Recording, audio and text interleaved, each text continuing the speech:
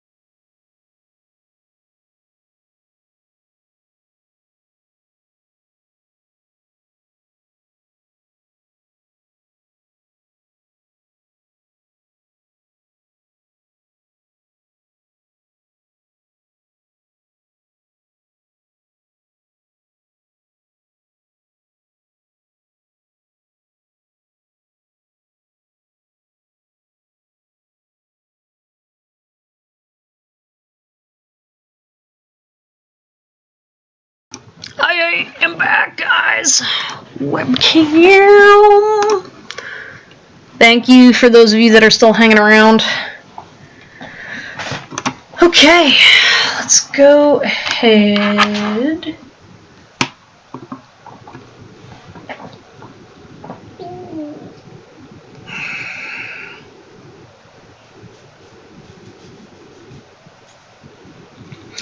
Man, that camera is lagging so bad. Oh my goodness. Yeah, I'm gonna have to see what I can do to help with, like, streaming speed.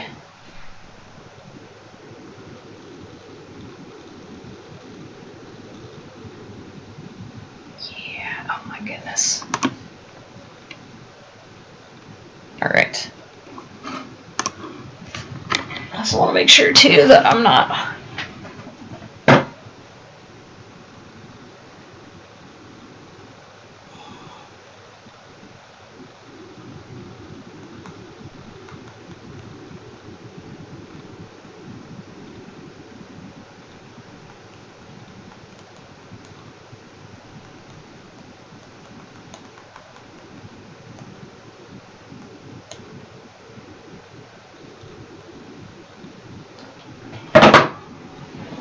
Okay, sorry about that, guys.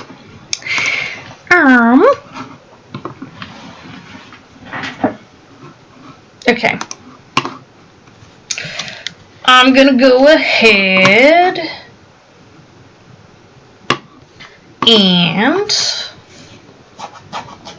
start the soulmate reading for you guys. Let me go ahead. Let's get the soulmate reading going. Spirit guides, angels, and ancient ancestors, what are some messages for the collective right now about them and their soulmates? Oh, shit. Oh, no. Okay.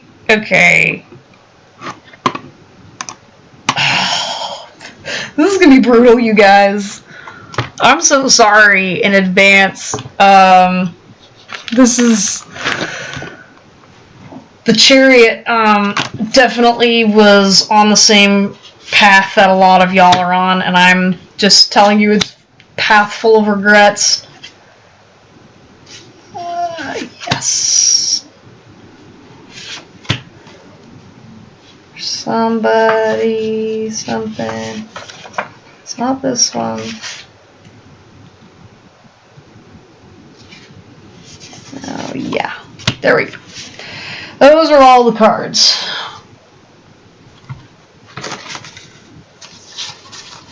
No. Yeah.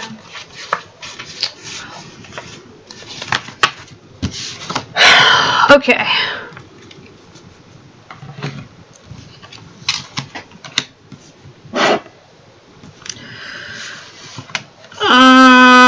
Alright, so the first thing that I'm noticing with these cards is the Not Today card. So we've got Not Today, not dealing, hurt, avoiding a conversation, call, person, boundaries, still angry. I feel like a lot of y'all are dealing with a person that is really avoiding talking to someone else. Like, this is like the energy of, like, they are so scared to death to say anything to screw this up that they will not even consider talking or calling this person. Like, this is like the level of fear where it's like you could have a gun to their head and they'd be like, just kill me rather than call this person, which is disastrous to the other person, because the other person's like, what did I do? And they didn't really do anything. It's more so this other person is so utterly terrified of the other person, of their own feelings about what's going on. Cupid's arrow is a very terrifying thing to this person. Again, these are between two different soulmates, and this is like a collective energy, right? So there's more than just one person. There's an overarching theme of one person is terrified and is running away, and the other person is having a hard time dealing with the fact that the other person is running away and going like, but I love you, but I'm your person. And then I was about to be like, I'm just gonna rip this card because it's Cupid's arrow, and it's literally like, You just make me want to just harm things, harm myself. And then the other person would be like, no, don't do that. Just don't make me call you. Don't make me actually fall in love with you. Yeah, so I see, like, have faith, love is coming. This is kind of a reassurance, like, to everybody that's working on achieving, having a soulmate with somebody. And again, when I say soulmate, I mean, like, an actual spiritual connection, not like, oh, the best person for you or whatever. Like, no, this is like a person that is genuinely, you're meant to be with this person because they will teach you spiritual lessons and you will feel comfortable and heal. And it is a healthy relationship. This is not like the soulmate that, like, oh, I thought we were soulmates and then they turned out to be toxic and narcissistic. No, we're not talking about that shit. I don't do readings for those sorts of relationships, okay? But we've got camera, which I don't know why, but this person, like, this particular soulmate person, one person, or maybe both of them, I definitely feel like there's an energy or a dynamic between the two of you where you're looking at each other's photos, or you're trying to, like, predict what photos between the two of you would look like, or there's kind of like this energy of, like, you're both kind of pretending and fantasizing, but you fantasize about two different things. We've got keepsake, right? So, like, this person has, like, a keepsake of yours that either you gave them or they gave you something, and so the other person's, like, kind of holding on to it and being like, this is my only memory of this person. Rip. I don't know, I'm definitely seeing, like, a person that is being avoided is basically at their wit's end because they're like, you're not getting away with this. You're not getting out of the soul tie, so stop fighting it. And the other person's like, no, absolutely not, I'm scared. I mean, they both have fear, but definitely there is one person that's way more terrified than the other person. Like, deathly terrified. And I think maybe that's part of why the relationship between these two people is so difficult, is because one considers being with the other person like a death, like they physically have to die and change in order to achieve a relationship with this person, and the other person's like, no, I'm not going to change for you, and I don't believe that I deserve this relationship. And meanwhile, the other person's like, oh my god, I can help you. I can help you achieve your dreams. It's not going to be that hard, I promise. And the other person's just like, yes, it will. And then they're just, like, shutting it down. Because they're like, that's how it always works. And shutting it down just makes it go away, right? And it's like, no, this is divinely orchestrated. This is God we're talking about. This is not like, oh, hey, some cheeky girl or a cheeky guy that comes in and just says, hey, and leaves. Like, no, like, you're tied, I mean, you can try to get out of it, and you can, but it won't change the soul relationship that you guys have. I love how there's a lag on the video, so my audio is definitely catching up and you're just watching me rub my face like a crazy person. Anyways, so we also have, in terms of the cards here, we've got support and regret. Yeah, I feel like these two soulmates, they're supposed to be supportive of each other, and I think they do energetically support each other, but they're not in each other's lives, or there's definitely like this separation of, even if they're like talking to each other, there's an emotional separation here. It's almost like you can like gaze from afar and be like, okay, I'm sending you love because you won't get close to me, I'm gonna send you love over there, and the other person's just like, yeah, thanks, throwing it away.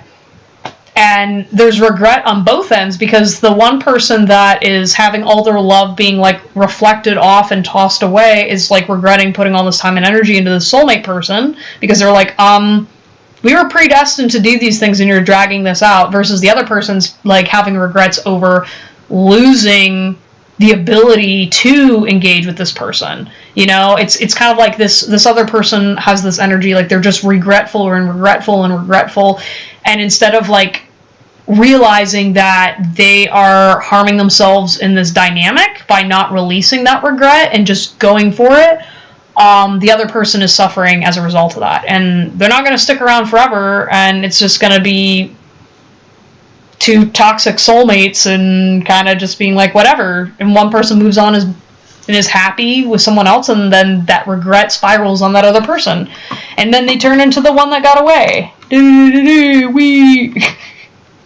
Fun stuff, right? It's not always going to be doom and gloom, but I'm definitely telling a specific tale of those listening who are in a soulmate dynamic. Okay, so the next card I have is, I don't want you to see my darkness. That's for me to face alone. Yes!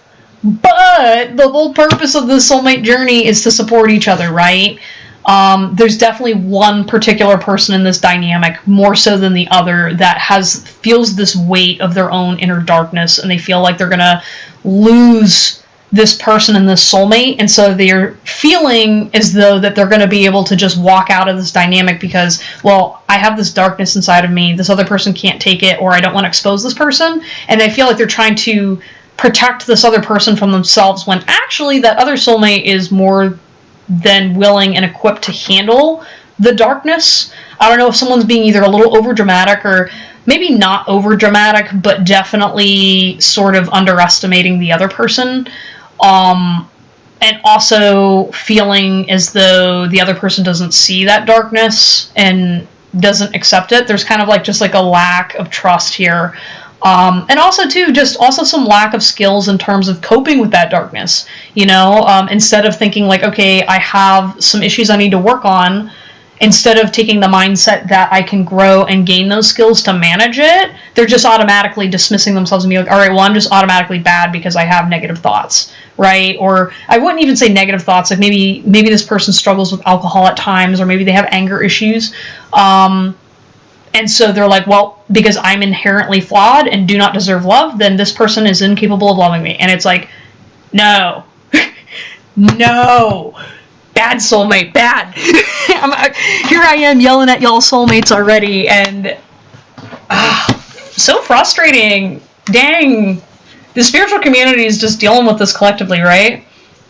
Alright, it says, you won't hold a space for my truth. Yes, so there is definitely, so now to focus on the other soulmate, that person is not holding space for the truth of the other person. So, for example, maybe you're the soulmate that is waiting on a person right now, and you're not accepting that this person is not willing to open up to you. And you're like constantly being frustrated, being like, oh my gosh, like when is this person coming? I keep getting signs about this person. Like, why isn't this working out the way it's supposed to? Why am I not cleared of their energy? You know?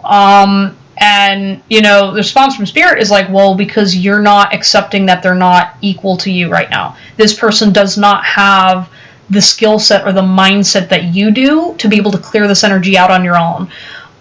So it's okay that this person is going through this story right now and what they're telling themselves, and you are doing more harm than good by continuing to ask God, why is this person not willing to be with me? And I think it's just more so a miscommunication where I feel like God's been sending you messages, and this person's sending you messages, and you're kind of sitting there just like, oh, well, I don't accept it, I don't understand it, I don't know what's going on, and so you continually put yourself in this psychic spiral when you should have, you know, let yourself be free of the situation a while ago, because this person's going to take some time, you know. Hello, Tank Does Things. Hello. I'm doing a collective reading right now about soulmates. So once I'm wrapped up with this reading, you can go ahead and post your question in the chat, and then you'll be next. Okay? Hello.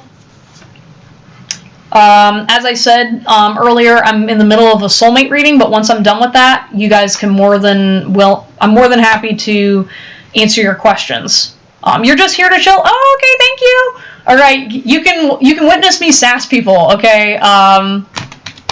Oh, and then you're from India? Awesome. Cool. All right, anyways, so we've got these two people, you know, where one person's not holding space for the other person's truth. And so if you are that person where you're like, dang, like, why isn't this person being willing to be open with me? Why isn't this person opening up to me? Why can't they just accept that I'm going to love them no matter what?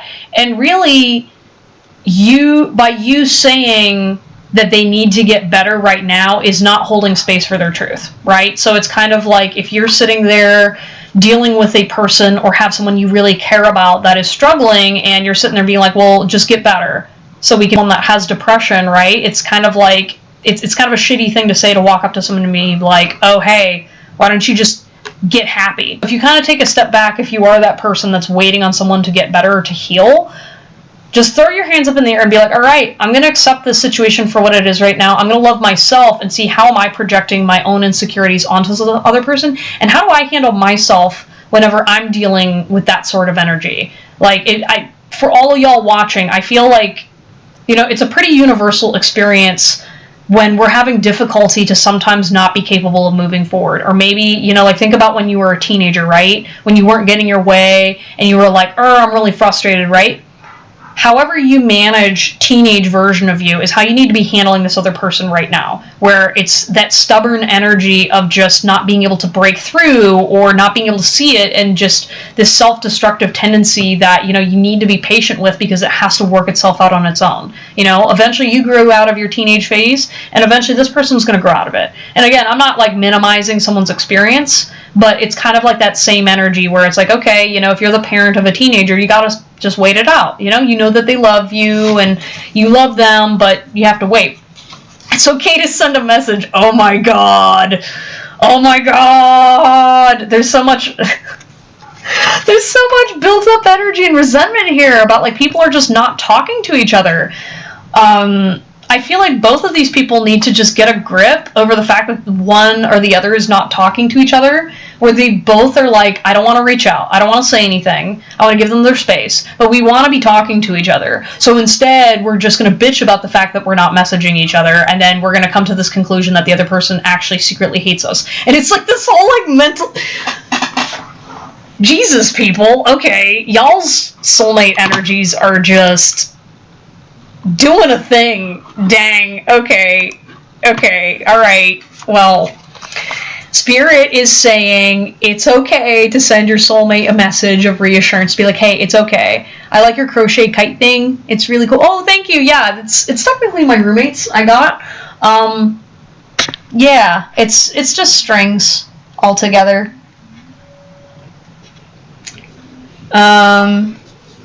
Okay, yes, and so the next card we have is speak in a different language and you'll get a better result. Yeah, so I feel like also, too, if you've got this soulmate dynamic with somebody, and you're in this conflicting energy, another way that you're going to have better success with this person is to not speak in the way that you normally talk to yourself.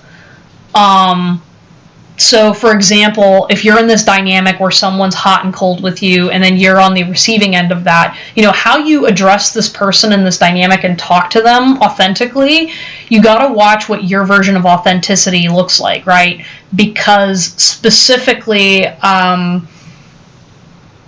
the people that you're used to dealing with, this person is kind of the opposite, if that makes any sense. So, for example, if you say, hey, I want you to turn left at this light, he's gonna go right. Or if she says, hey, you know, I would really like to go out to dinner tonight, and you suggest going out for sushi, this person was expecting you to say, I want to go out for chicken shawarma or whatever. It's kind of like one of those things where this person is just on a different stage, different life path, but you're compatible. So making sure, yeah, reverse psychology. Yeah, it's definitely like one of those sorts of things where it's like nobody's wrong, but how you're communicating isn't right, if that makes any sense. Oh god, this is so frustrating. I'm so sorry to all of y'all that this resonates with. I'm just like, I get it, because I know that this is about me too, but I know y'all are going through the same thing. This sounds like every other tarot reading I've been watching lately. And it says, you have all the control in the situation.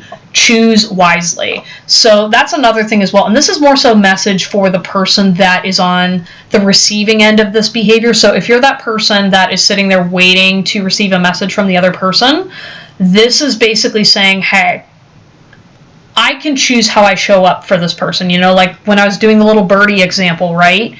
I can hold my hand open for the birdie, and I can put the seeds in there, and I can't force a bird to land in my palm. But if the bird notices that my hands are safe, then eventually, yeah, the bird's going to come around when the bird wants to and when the bird is hungry, right? We're not sitting there like running up to the tree and be like, bird, eat out of my hand, you know, which is what we're all trying to do. And it's not the fact that maybe when you started this relationship, you were patient, but as this person's bullshit added up, and I shouldn't say bullshit, okay? It's not complete bullshit. This is my own insecurity coming out. But as this person, you know, was being difficult in your dynamic or going through their own way, you kind of lost that pattern and recognition of what is the whole purpose of this soulmate connection. How am I supposed to actually be attracting a person that is meant for me as opposed to trying to force a situation? You know, how am I going backwards by allowing this other person to have control over my dynamic? Because really, you should be out there just feeding the birds, you know, and whatever bird comes up and lands in your palm is a good thing, right? It's just the soulmate is the one that you're paying attention to. You know, that is kind of the tricky thing. And, you know, for Rajeshwari, I'm going to say Abitha because that's going to be easier for me to pronounce when I'm doing your readings. I'm sorry. But when it comes to like twin flames, right? It's the same kind of concept where basically if we're not reflecting on ourselves first, then we're not seeing what we're putting out there. We're not seeing what we're doing that is either attracting a person or not attracting a person. And paying attention to what am I actually focusing on and why am I focusing on that particular trait. Like, say, for example, you're annoyed that this person doesn't communicate with you. Why does that annoy you? Is it because you need the confirmation to verify that this person has feelings for you, or are you just going to trust? Or maybe you're someone that you like having control, and communication is what causes you to be controlling in the situation.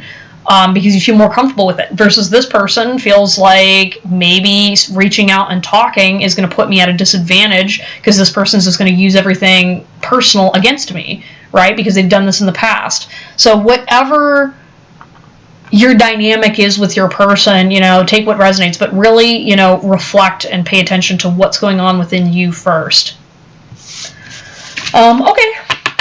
All right. Well, that was basically the soulmate reading that I did just now. I'm going to go ahead and do Abitha's reading. And then Tink does things. If you want to ask a question as well, you can more than happy to. I am more than happy to do a reading for you as well. All right, cool. We've got a couple people on here. Yep, like, subscribe, all that good stuff. It's first come, first serve. Let me look at the chat. Off topic, but you remind me of the song with the bat from a test lab. My name is Batty. My logic is erratic toys in the attic, potato in a jacket. What? The song with the bat from a test lab is this like a rock song, or what song is this? I need to know. What vibe am I giving off? Because I will gladly play it on the stream. Oh, sweet! I got 100 messages. I don't know if you can find me the name of the song, Tink. I will play it on the stream. Okay.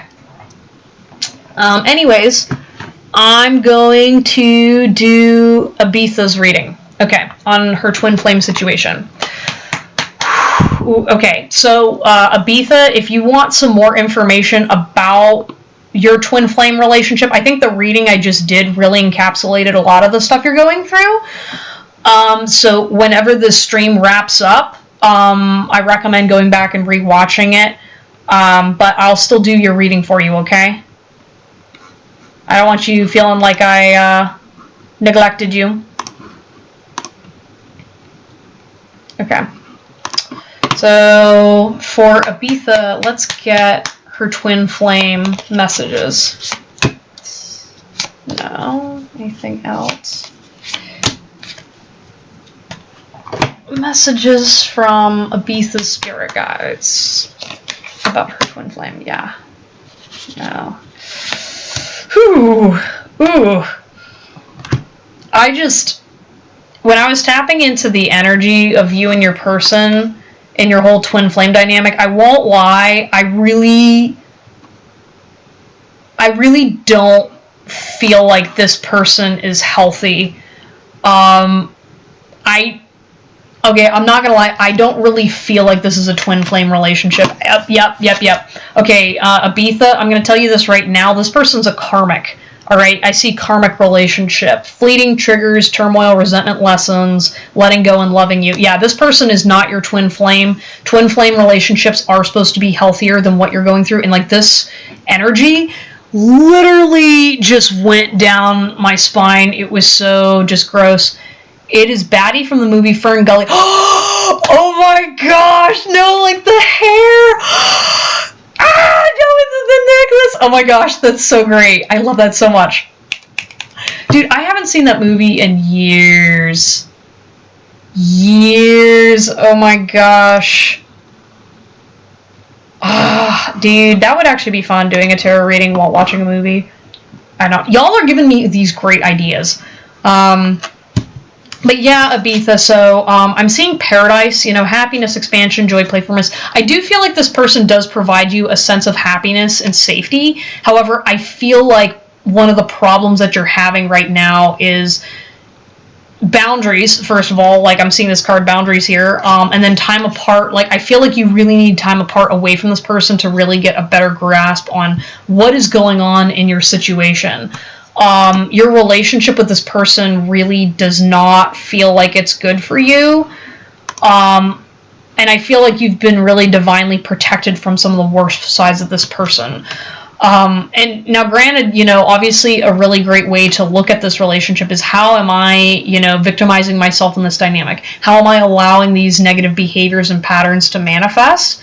But I'm really feeling like, taking some time apart from focusing on this situation, as well as not allowing this sort of energy, it's like an oppressive energy, to enter your system and to pull you away from the help that you deserve. Like, there's something about this person has been slowly feeding on your energy and pulling you away from your friendships, pulling you away from your relationships. And that's not a good energy to be in. Again, I feel like there's like all this hope of like, oh, it's going to be paradise with this person. It's going to, like, once we heal and do all the magic work, like, it's almost like for you, I feel like there's like a relationship with the whole twin flame thing where it's more of like it's a magical thing as opposed to a spiritual lesson, and that's where you're getting caught up in this karmic dynamic that is really not healthy. And I feel like you're projecting a lot of positive qualities onto this person that is secretly harming you. So please make sure that you're clearing your energy out, taking time away from this person and away from others that are encouraging this relationship. As I said, spiritual titles do not mean shit. And like I said, the way that just caused my spine to tingle, it's like this person is slowly paralyzing you. And you're not even realizing it. So please take some time away to reflect what you actually are gaining out of the situation, about obsessing over this person or like feeling, very ignited. Yeah. I'm not big about spiritual titles, but it's very clear to me that this is karmic, and this is about teaching you lessons about letting go and not allowing this sort of narcissistic, toxic person in your life, And it's okay. Our experience as of now is it's not good. Yeah, no. And like, here's something. Okay, so this is, you're igniting an issue that I have with the spiritual community right now. That you will, if you follow me, you will see me go on this tangent a lot because people need to hear it. Twin flame relationships are not supposed to be allowing all this toxic energy. Yes, everyone has different spiritual dynamics with people, but because everyone is so obsessed with the idea of intensity and romance, people are not able to recognize trauma bonds and karma and things that are not healthy for them. And so they just continue to justify poor relationship behavior with each other, and say, okay, well, we're just going to wait it out, when really they were meant to part ways a long time ago, and you could have gained a lot more growth and positivity in your life if you would have just focused on manifesting positive things for yourself. If you and here's a good question to determine if it is a twin flame or not too, is a twin flame is your soul split in half. Okay, that is the whole purpose of the journey. So that person is you. So when you start to treat yourself better, that will automatically cause the relationship dynamic to get better. So if you are not treating yourself better, actively setting boundaries, spending time with yourself and focusing on you as opposed to the dynamic with this other person, then in turn, your relationship will heal, because that person in turn will be learning that lesson from the opposite side, because that person is also you. So that is something that everyone neglects, because no one wants to look at themselves and their role in these relationship dynamics. If you notice, if you go on these twin flame pages and blah, blah, blah, it's always like, my ex is a narcissist and blah, blah, blah, or then that means you're a narcissist. What are you doing to encourage narcissistic behavior in your dynamics? Why are you allowing your narcissism to bleed on to other people? And so this is my other rant when it comes to empaths in particular. A lot of empaths, like, the term empath is basically you are a victim of narcissistic abuse. If you go look it up, there's a lot of, terminology that has been bled together with spirituality to make you feel like, oh, well, I'm just sensitive and blah, blah, blah. I'm like, no, there's highly sensitive people, there's empaths, and then there's intuitives and mediums and all these other things, right? There's like varying degrees of intuition and sensitivity. And just because you are sensitive to other people's emotions, that doesn't necessarily mean you're a good person. It doesn't mean that there's something particularly special. If anything, it means you've been exposed to trauma and your boundaries have been worn down. So you have been trained to pay attention to other people's emotions. There's all this psychology that goes into this stuff that people don't talk about. And it's very dangerous. And that's actually one of my kind of passions that I want to educate people on, is how we distinguish those things. And now, granted, like I said, it's not meant to make people feel bad about their trauma or anything like that, but it's that awareness to understand that there's a lot of spiritual people that are promoting victimhood and promoting bad spiritual practice and bad advice, instead of just telling people this relationship's not healthy for you. What are things that you can actually do to evoke a healthier dynamic? You know what I mean? Yes, exactly. Everything that Tink does just said about, like, narcissistic abuse and things like that. I mean, like, abuse is abuse regardless of what's going on. And the term narcissism is thrown around a lot, right? I mean, there's like the general concept of narcissism, and then now there's like pop psychology that has infiltrated social media and stuff where, yeah, we're just going to throw around narcissism. And if you ever notice this too, and I've just noticed, like, very narcissistic quote-unquote people often bitch about narcissism more than anybody else. Have you ever noticed that? It's like, you can kind of just tell, like, the people in those dynamics, they're not looking at their own role in that cycle. And that's something that, so there's a concept that I don't see get talked about a lot in the spiritual community that I want to gain more education on myself. I mean, I know quite a bit, but it's about perpetrator-victim energy. Everyone's talking about divine masculine and divine feminine and blah, blah, blah, blah, blah, which I already have my own comments about that whole thing. But specifically, when it comes down to perpetrator and victim energy, where those energies combined are naturally integrated, right? And perpetrator energy is, on a positive note, it's used to stand up for yourself. It's using your initiative to be able to get yourself out of situations. Versus victimhood, or victim mentality, or sorry, not mentality, energy. Victim energy is also being more passive. It's like the non-aggressive route to, like, say, you're more likely to escape a situation as opposed to taking, a more physical reaction. I'm doing a bad job explaining this because I'm also, like, channeling all this shit that I'm trying to, like, not do while I'm trying to explain these concepts. But the point is when you split the two in half, they're always attracting each other, right? And so I do feel, I mean, sorry, I kind of hijacked your reading a little bit, but this is relevant to your dynamic, where if you're constantly in this push and pull between perpetrator-victim energy, right? Notice how those energies are acting within your dynamic with yourself. Talk to yourself and talk and identify the pieces of yourself, the version of you that is reacting to the abuse, and the person who may be taking action in an abusive way in its own dynamic, right? Not saying that you are abusive, but I am saying that when you're noticing how that splits, paying attention to how we can do that subconsciously. So, for example, right, when it comes to abusive energy, right, how can you identify that within yourself? Well, you'd be sitting there going like, well, I don't do anything to harm other people. It's like, okay, so you don't have to harm other people, but in what ways are you harming yourself? So, for example, say you beat yourself up about your appearance a lot. Maybe you're making fun of yourself for your own weight. Maybe you are actively sabotaging yourself from walking away from an abusive relationship. In its own way, that is you harming a version of you to try to keep yourself safe, right? It's a subconscious thing, and it's not a looking at yourself as an evil person, right? But because of that dynamic where you're not able to identify the two roles that you're playing, you've got a victim inside of you and a perpetrator, and once you heal and mend that dynamic and healing that control imbalance within yourself, then when you're going out in the world and interacting with people, you're going to recognize that pattern way more frequently, and you're going to be like, I don't want to participate in that anymore. I have the power to say, okay, this is how I take action to stand up for myself, and I do it in a way that, is meant to protect me.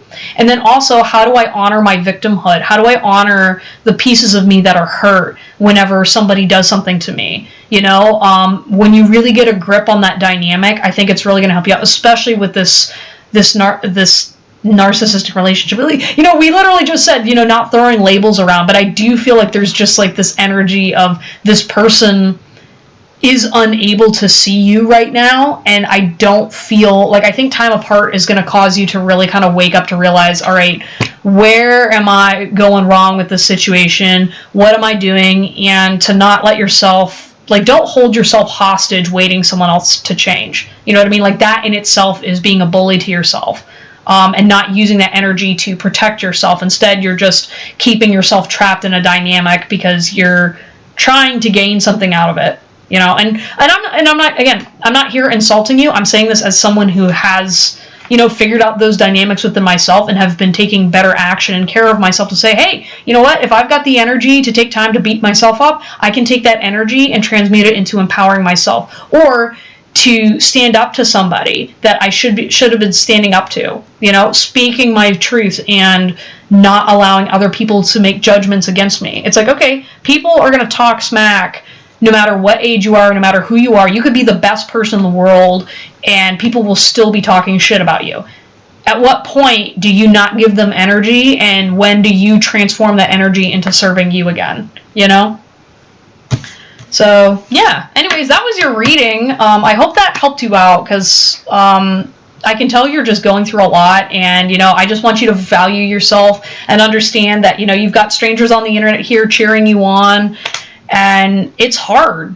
There's a lot of women around the world right now that are really waking up to their own power and figuring out that, hey, we don't have to put up with this. I do have power within myself, and I don't have to say yes all the time to the bullshit. I feel like our ancestors have been moving us towards this self-empowerment direction for a long time, and now that we're able to connect with each other, it's gonna be easier. Could you get a twin flame reading? Yeah, absolutely. Yeah, no problem. No problem. Wishing you the best, girl. You're gonna do all right. Just keep loving yourself. Make it your mantra. Wake up every day and look in the mirror and say, hey, I love you, and I'm responsible for you, so I'm gonna take care of you, right? Oh, and before you go away, I'm going to also do this analogy, because this is something that I found really works with my clients that struggle with that back and forth, right? I want you to imagine you standing next to a child, right? And that child is going to stand there and just kind of exist. And then all of a sudden, a man walks up to that child and slaps it across the face, right? It just walks up and just smacks the crap out of them. What do you do in that situation? Do you just, my name and country? Yes, so my name is Christian, and I'm in the U.S. Yeah. But yeah, so anyway, so this guy walks up to the child and just slaps this child across the face. What do you do? How do you react to that? Do you just sit there and go, oh, okay, it happens? No, you're going to get upset. You're going to be like, oh my gosh, what are you doing? You're slapping this child. This child wasn't doing anything wrong. He was just standing there.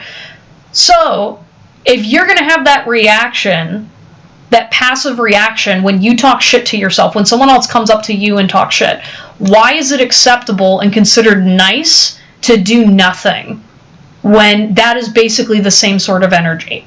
Why is it that you sit there and not have the reaction of, why am I not allowed to be upset when someone harms me or treats someone I care about like crap, right? You wouldn't do that for a child, so why would you accept that for yourself? Okay? And I mean, I know it's an extreme example, but I use extreme because it makes sense, right? You would never harm a child. But why is it that when someone you love and care about is getting hurt, and that person being you, why do you act passive to it? Somebody taught you to be passive about it. Okay? And somebody taught you that, well, maybe I'm passive because I can't do anything, I can't control it, I can't change it, I'm supposed to transmute it and make it happy. It's like, nobody is telling you that you should sit there and be okay with abuse. That's not what forgiveness looks like. That's not part of love and light. That's not part of this journey. And so many abusive people take peace and love and all those like nice words that everybody wants to have and tries to say like, oh, well, you are being a nice person by not fighting back or not standing up for yourself. Like, nobody gets mad at an animal for biting back at somebody that attacks it, right? I mean, some people do, but we usually don't consider them very mature, right? Because it's natural for an animal to react that way. So don't ever allow anyone to treat you that way if you're being disrespected or harmed or threatened, okay? I just wanted to say that out there because I feel like there's a lot of women out there that are really genuinely afraid to access that ability to stand up for themselves. So I'm like, you're not being mean by telling somebody no. You are not being mean by, you know, hitting someone to keep them from harming you further. You know what I mean? It's like, you are not like that perpetrator person, all right? You know? And I mean, obviously, you know, you shouldn't you use judgment in these situations, but at the end of the day, though, you're not being mean for standing up for yourself, okay? Just humble PSA. All right, well, take care. I'm going to go work on Tink Does Things. I'm going to do a twin relationship for them. One sec. I just got to clear that energy out because I want to make sure I'm like on a roll. And that sort of topic gets me fired up because I'm just so frustrated with seeing that sort of stuff when people come in and yeah.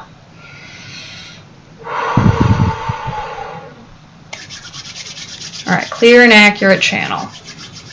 Clear and accurate channel. Oop, I'm gonna clear that energy out. Clear that energy out. Okay, cool, great. Okay, Tink Does Things. I'm gonna use Papa Deck for you, which is my giant handy dandy self-made index card deck. Yeah, because this is the first half of him. So I just want to know about Tink Does Things twin flame situation. Yeah. Right? Papa Deck. He's a big papa. He's a big boy. Yeah, no, I'll show you all of them together. This is just this. I've got a couple other handmade decks as well, but I don't know. I was showing off Papa Deck to a guy that has been coming up on my live streams lately, so I was like, yeah, let's do it, guys. All right, anything else about Twin Flame?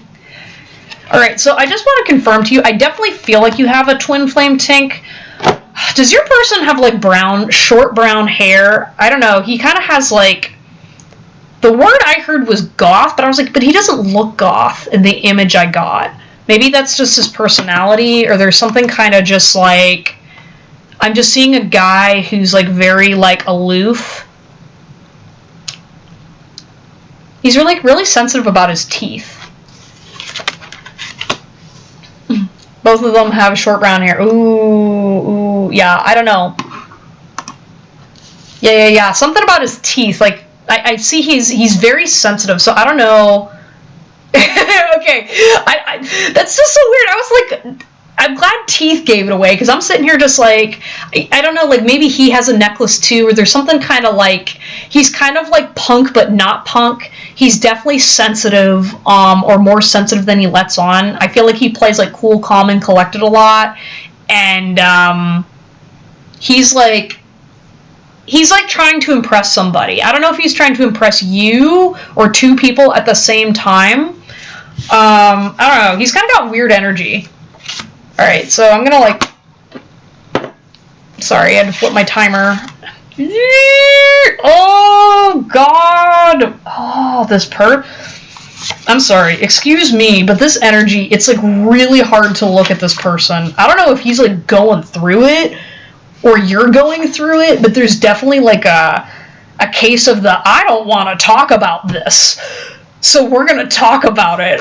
Oh gosh, this is gonna be some tea. This is tea. Oh no. Oh God. Okay. Sorry, this isn't meant to be entertaining. I mean, but it is entertaining, but oh God, I'm so sorry. Like, I want to cry, but I also want to, it's specifically this energy of like gouging my eyes out because I don't want to look outside. I don't want to look inward. There's definitely like this clashing energy that I feel like both of you guys are really spiritually entangled.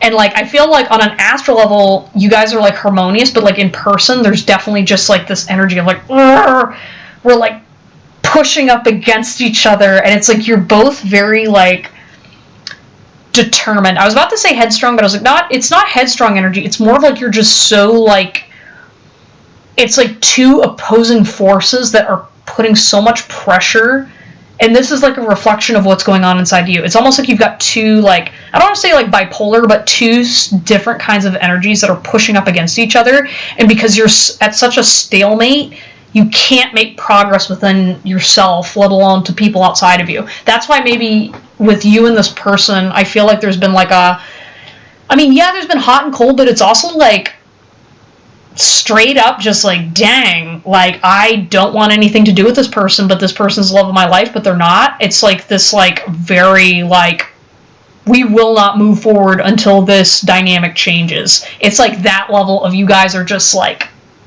it's hard. And you know, it's kind of funny because contrasting with this energy, we've got paradise and passion right now. Okay, read me to filth, I get it. Listen, you thought you were immune. You were sitting there like, oh, I'm just watching this girl online and her talking about it, and then all of a sudden, bang. It's okay. We're all here to have a good time.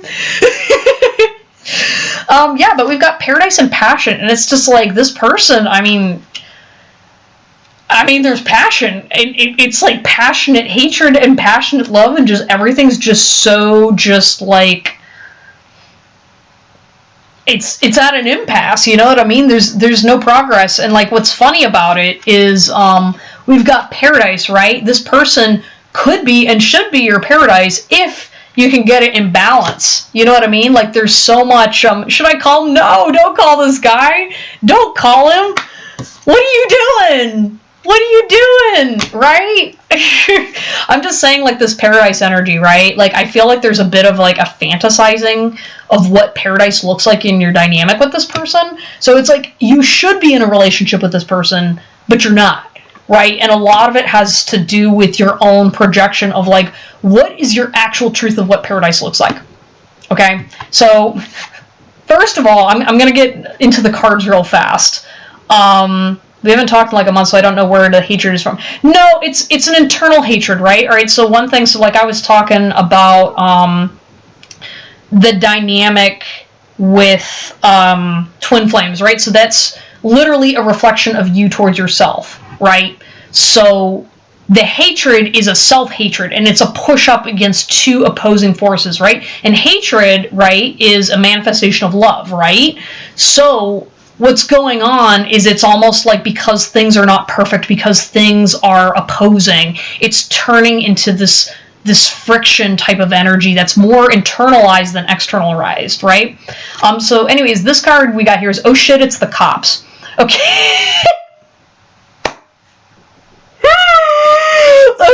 Okay, I love this card, and I love it as applicable to your dynamic right now. What? Not the popo? I know! Not the popo! The thing is with the cops in this dynamic, it's almost like, this is like your own internal police. So when we're looking at these two dynamics, right, it's almost like there's like a very good, very evil. There's a very much like, I'm either in control or I'm absolutely out of control. And so whenever it comes down to you have this gridlock, right, inside of yourself, then it's almost like there's a version of you, or like maybe we'll say spirit, or like some third party element that comes in and then suddenly everything scatters. You know what I mean? So I don't know if you guys had a dynamic where, you know, a third party got introduced in your dynamic and then all of a sudden the relationship fell apart. I definitely feel it's kind of like you both are like, if you could be up each other's butts or really like connected, you would be like this, thick as thieves, and it's almost like you kind of hate how close you are. But then all of a sudden a third party comes in, and maybe he, for example, he's like, oh, pretty girl, I'm gonna run away because I don't like this. And you're like, wait a second, I like that dynamic. You're supposed to be over here fighting me. And then this guy over here, sorry, my fist's over here. And this guy's like, oh, this relationship didn't work out. All right, I'm gonna come back. And then you're like, okay, now we're good, and we're gonna push and pressure again. Because again, it's these two opposing forces that are not integrating. You're supposed to be like this, instead you're doing this, because it's like you're fighting each other. It's like, okay, you're wrong, no, I'm wrong, no, you're wrong, no, you're wrong, you know? And so that third party is like, it's almost like you guys are requiring a third energy to enter in order to get you guys to start opening up and realizing, oh, you're just opposing each other. You have the same dynamics internally, and so you need to integrate those experiences. And learning about what the other person is externally is going to help you reflect inwardly, because right now it's too hard to look inside, because it's chaos. It's chaos externally and chaos internally, and that's like mirroring effects. So the more inner peace you get, the better your external relationship, and you're not going to feel like you need to fight each other. You're going to go, ooh, okay, yeah, okay, I can get a little cozy now. Because you're opposites, and opposites attract. And you can have peace, and you can do these things. It's just, you got to soften the energy, right? Understanding that just because someone's the opposite of you does not make them evil or bad or whatever. And I think that's why there's a lot of very expressive energies, we'll say, between you two. Oh, I'm sorry, this hurts. Not your fault. But, alright, so the next card you got here is I Forgot Who I Used to Be. Ow. Am I reading you for filth, or am I reading me for filth? I Forgot Who I Used to Be. Yeah, I think both of you guys have either gone through so much stuff that you can't really observe your own roles in that dynamic. It's almost like you guys are kind of like spinning externally and internally, and yeah, it's kind of like you left yourself, you abandoned yourself for a long time. So now when this other person got introduced, you were like, what? I'm not like that. When actually, if that version of you was healed, you would be like that, right? And that's what makes it so hard to look at, is because when you look at that other person's flaws and go, oh, yeah,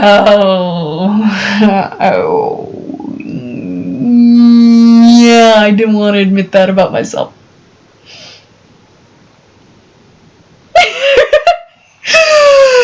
Yeah, okay. Yeah, we're gonna quietly put that card away. Move on to the next one. You can stew on that all you want. Donations, by the way, in case you like this reading. Yeah, I'm accepting donations currently. Putting them rose-colored glasses on, party on. Yeah, there's definitely also, too, something about this twin flame relationship where you're kind of like putting your rose-colored glasses on in order to look at the situation from a more positive light, which is okay temporarily, but I think in the long term, I think being a little more objective in your dynamic with this person would be helpful. And just not using rose-colored glasses at all. I feel like one thing that the two of you do is you are projecting a false version of the other person onto the other person, and by doing that, you're not holding space for each other, and it's also allowing you to not observe how the rose-colored glasses are actually harming your relationship with this person. So it's like, say, for example, you're like, okay, say your twin flame does drugs, right? And you are very much opposed to, oh my gosh, I definitely, and I'm not talking like heroin, but like say he does cocaine, okay? Okay, maybe your person does do cocaine on the side. I don't know. I'm not here to judge. But say, for example, you do dislike the fact that this guy does cocaine. And you're like, I don't want to be in a relationship dynamic with someone who is Cocaine. Yeah, well, because I was gonna say like, oh, heroin, and then I was like, well, cocaine isn't as bad, but it's still not great.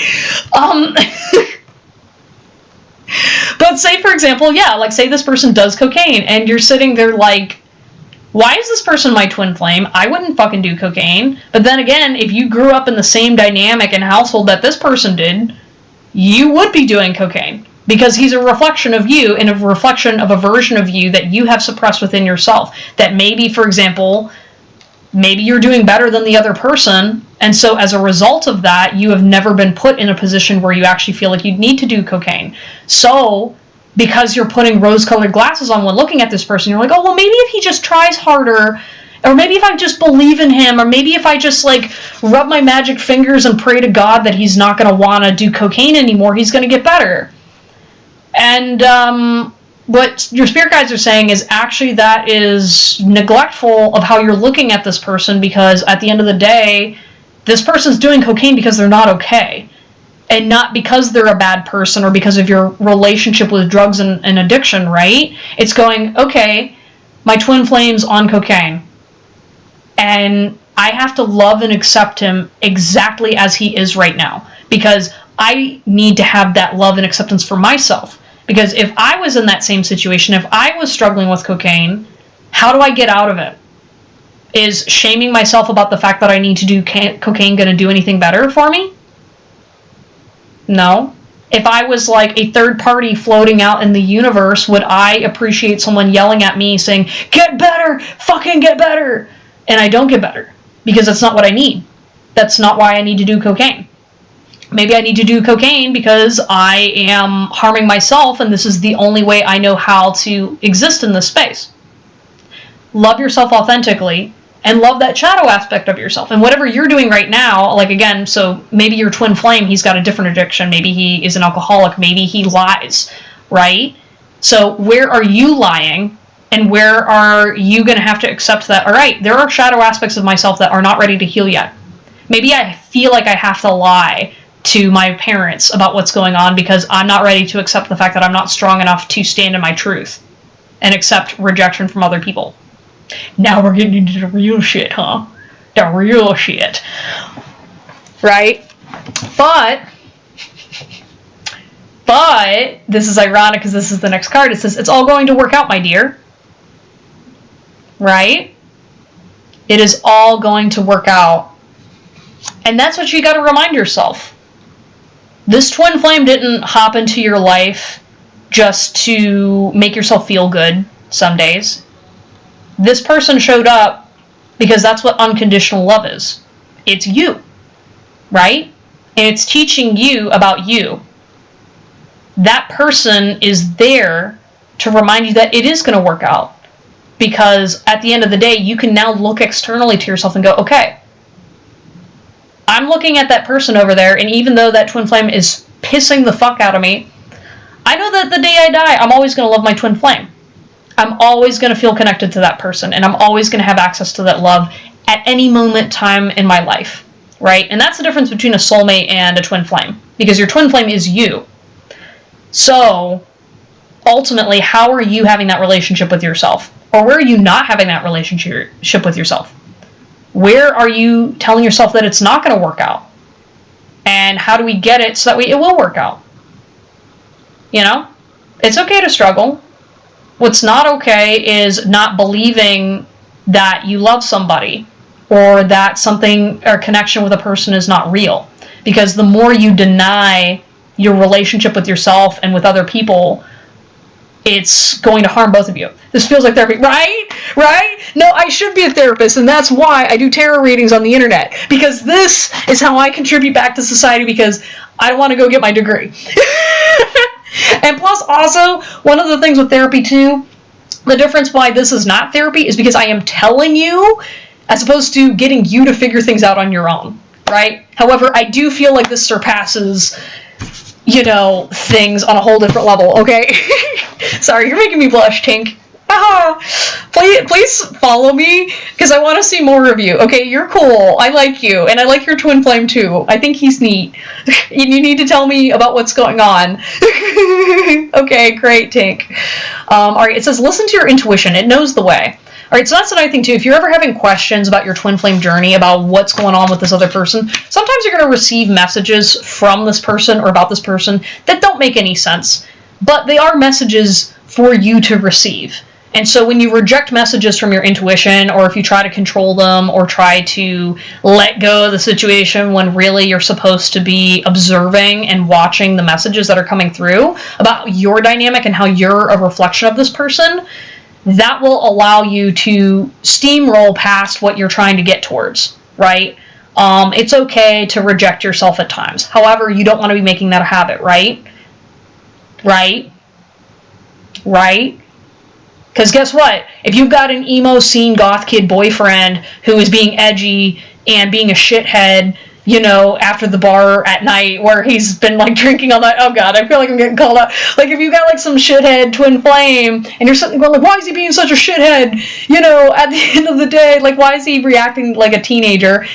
Guess what? You know what that means? You've got an inner teenager that you are not allowing to just exist and be a teenager. Or it just means you're not addressing that inner teenager's dynamic and being like, hey, I need an adult right now. I'm having some growing pains right now. Yeah, I'm a grown-ass adult, and I'm still having growing pains. These are the things I didn't get to deal with earlier on. Well, too bad. Now I'm dealing with them now. I may be 30, but here I am coming in with my, I was about to say my honky-tonk ass. Like, what the fuck? That's not the right term. What? What? No. Forget I said that. That's not right. Alright. They don't know what's happening. Okay, so that's another thing, too. You may be more in tune with this twin flame dynamic than your twin is. And so that's where, again, you may be receiving some more intuitive messages. I feel like specifically in twin flame relationships, there's usually a runner and chaser in those dynamics, where you've got people that are, one person is moving faster than the other. Okay, looks like we were loading. We were loading. My spirit guides are fucking with your words. Okay. Oh my gosh, the lag is so bad between the audio and my video. I need to figure out a way to stream this stuff. I think it's because I'm streaming on 2 different platforms, and I have a little old laptop that is not capable of doing this shit.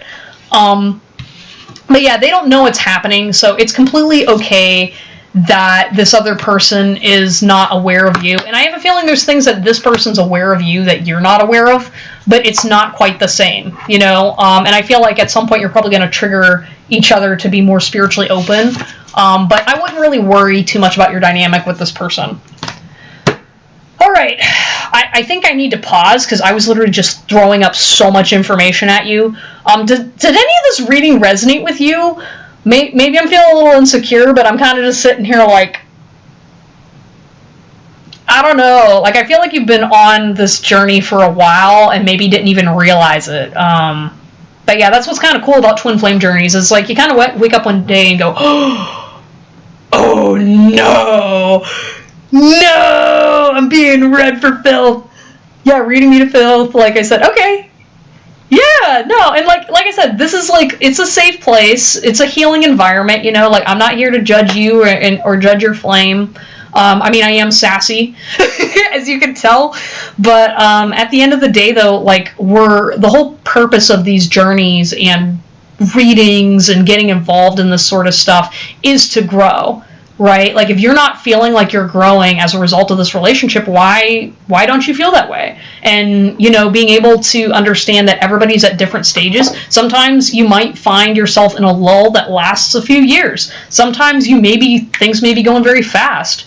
I can speak to everybody that's watching right now. 2024 has, for astrology reasons and all kinds of whatever, shit's just been whack. Okay, everybody I know, specifically also the spiritual crowd, anybody who's like especially sensitive right now, things have been crazy, alright? Especially like January. I don't know about y'all. January, life just went to hell in a handbasket. And like, it was like everybody I know. Like, everybody I know was going through it. So, I'm glad to see all of y'all are still kicking.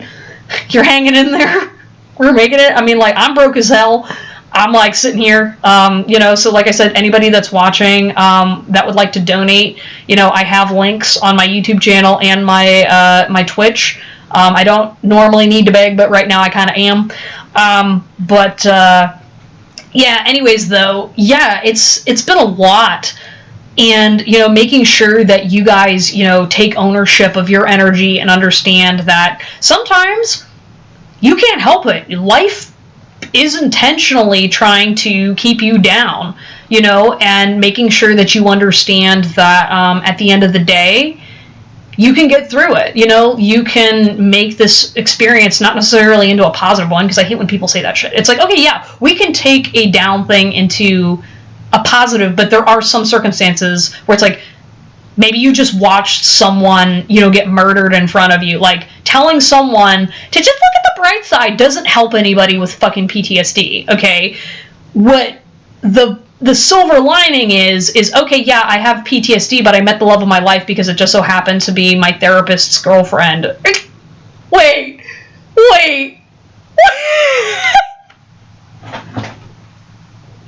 That came out wrong! No! No! What the fuck? What did I just channel? Because originally I was going to be like, oh, date my therapist. No, that's wrong. So then instead it's my therapist's girlfriend. Yeah! Alright, Loki. Okay, whoever is messing with me, what the fuck? No, it's okay. Because our spirit guides are probably the same. They make me say funny shit to keep these live streams interesting. Because, Jesus. And the buffering. The buffering's so bad right now. Oh my gosh. Friend who happens to be a girl. Alright, let's see. Messages have been wacky in 2024. Okay, are y'all able to still hear me? Alright, because there's been a lag. Yeah, okay, cool. I've been with and around this person since 2020. Yeah, oh my god, no! Okay.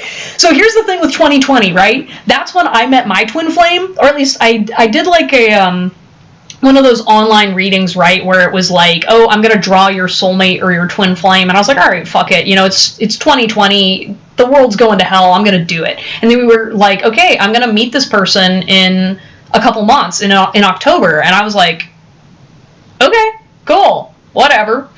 And then something life-changing happened to me in October, and then now, fast forward, I'm like, oh, you met him in October? Okay, yes, no, but like, here's the thing. Okay, this is building up to it. I've met so many people that went through major transformation in 2020, which, I mean, is understandable, right? I mean, COVID was a big deal for everybody. But spiritually speaking, since I went on my journey and since moving to Austin, so I moved to Austin, Texas in 2022, at the end of the year in 2022, and I started working at a crystal shop as I was, like, developing my intuition, and I was doing readings there as well as working at this shop, and I met so many people that met their twin flames in 2020, had these life-changing spiritual relationships, and for me, like, I was in denial. I was like, okay, it's not a twin flame relationship, it's just spiritual woo-woo, whatever, because there's all kinds of people saying labels and things. And then I noticed that I'm attracting a lot of people with twin flames. And I used to be like, oh, well, they're not like actual twin flame relationships, because I think you were there earlier when there was a person that it was not a twin flame relationship. People are throwing that titles around. Like, if it's a twin flame, like, it's intense. It is definitely intense, and it's also those types of relationships stand out compared to other people. And I think what people don't understand about twin flames, especially because there's so much bullshit out there, twin flames are very transformative. Like, it's basically, like, you aren't necessarily going to end up with your twin flame, but you will always be connected to your twin flame. They're usually people that are polarized from you, and that is where it gives you the opportunity to look at your own negative side. It helps you look at your subconscious. And, I mean, I know for me, my twin flame kicked my ass, okay, and continues to kick my ass all the time, but it's also great because to me, it's like, even though it's frustrating and I'm hell-bent on, you know, at least union to a certain degree because we're stubborn assholes. I'm saying we because we accept this. But it's one of those things where I want it. I want this dynamic, you know? I want the ability to grow and to see myself in those ways. And it's really caused me to love myself in a way that nobody else has taught me. And I got a reading from somebody where, so whenever I get readings, this person has a tendency to pop up, right? And right now I'm trying to do more closing out some old cycles with this person, cutting cords and whatever. But in terms of the dynamic, like, you know, he pops up. And usually it's like 9 times out of 10, I'm like sitting there like, I don't want readings about this person. I already am supposed to be letting this person go. I'm supposed to be focusing on my own thing. And then sure enough, they pop up again. And I'm like, oh my God, why?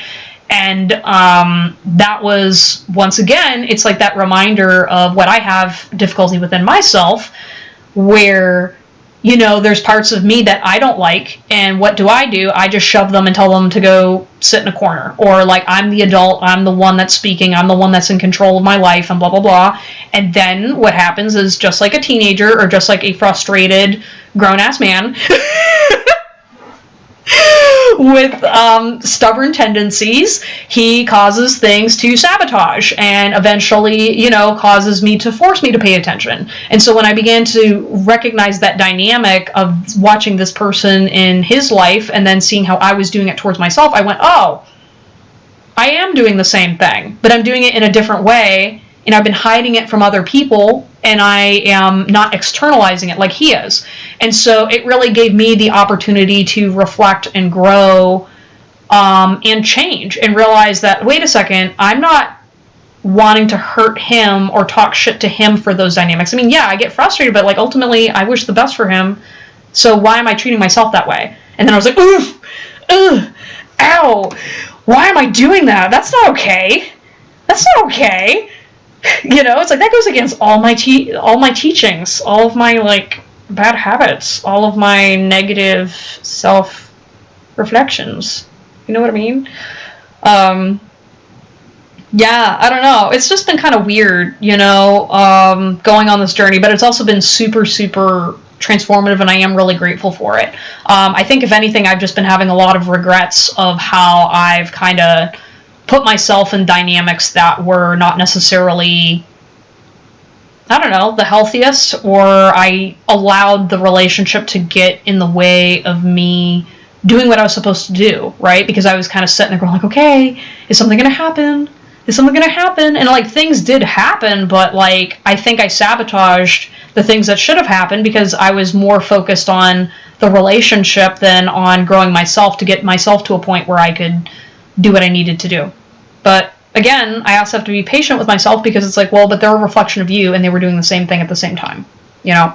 Now, another thing too that I like want to mention, because it's also not talked about, is like the timing of twin flame relationships. Even though you guys are moving in parallel, you are growing at different rates and at different times. So it's synchronicities, but it's kind of like, you know, you can't sit there and be like, oh, I healed this one thing, now I'm going to look over at my twin flame and see if he's okay.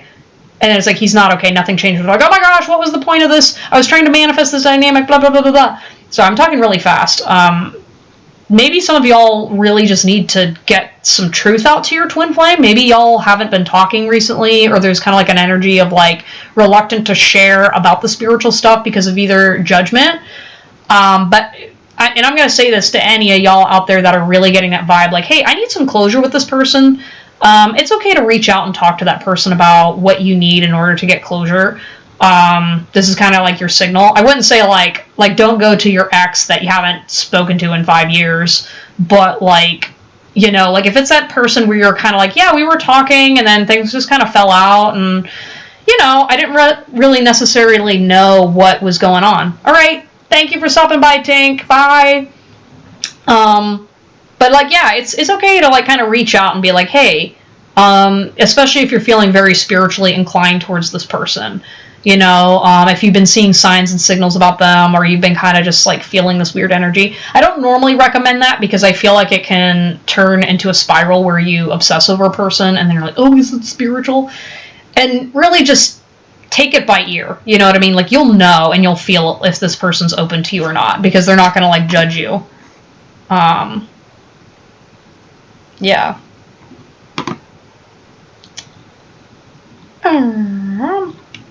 Yeah, but anyways, though, guys, you know, we do have, you know, slots for free readings in the chat. Otherwise, I'm going to continue my talk about twin flames. No, actually, I might change the topic from twin flames. I might do one more collective reading, mini collective, because we've got different people on the stream right now. And then I may head out because I am only doing these live streams for 3 hours. But for those of you that are interested, I am going to be having a schedule. So I do my readings now on Tuesdays and Thursdays. So free readings and also just coming and hanging out. So feel free to stop by and, you know, say hi. We've got a really great community here of people. And I can't wait until my Twitch people start meeting my my YouTube people, because I've got a great crowd of people. Oh my gosh. I'm still buzzing over Tink's comment about how I was like the girl from Fern Gully. Something about the song or whatever. Yes. Alright. Anyways, I'm going to go ahead and do a collective reading right now since I'm not hearing anything. And then I'm going to go because I'm a little tired. Little turd. Alright, clearing out my energy, so only messages for the highest good of all living beings that are watching the live right now. Yes. Anything else? No. Ooh. Okay, there's definitely an energy of like reluctance towards accepting something. No, let's see here. Oh gosh, no. Yeah, anything else, sister? No. Yeah, no. Yeah, oh gosh. Y'all, what are you guys manifesting? Oh, this is gonna be a hard pill to swallow for some of you. Okay. Oh, hey, Greg. Another day. All right. So, let's get into the cards, y'all. So, it was kind of funny because I've already done a soulmate reading today and twin flames. I guess that's the theme today. Doing twin flames and all that woo-woo stuff. We've got Palm Tree, which is stability, security, permanence, growth, endurance, and flexibility. And then we have Separation in reverse. Sadness, missing you, thinking about you, yearning, unsure of the future. And I won't lie, when I first looked at this, I thought this was the twin flame card. And so maybe you guys are in one of those dynamics. I'm not going to quote it because, again, there's a lot of people that, you know, titles don't matter, but I do feel it was either a significant relationship or you just have a lot of intensity towards this person. Oh, okay, twin flame came out right here. Shit.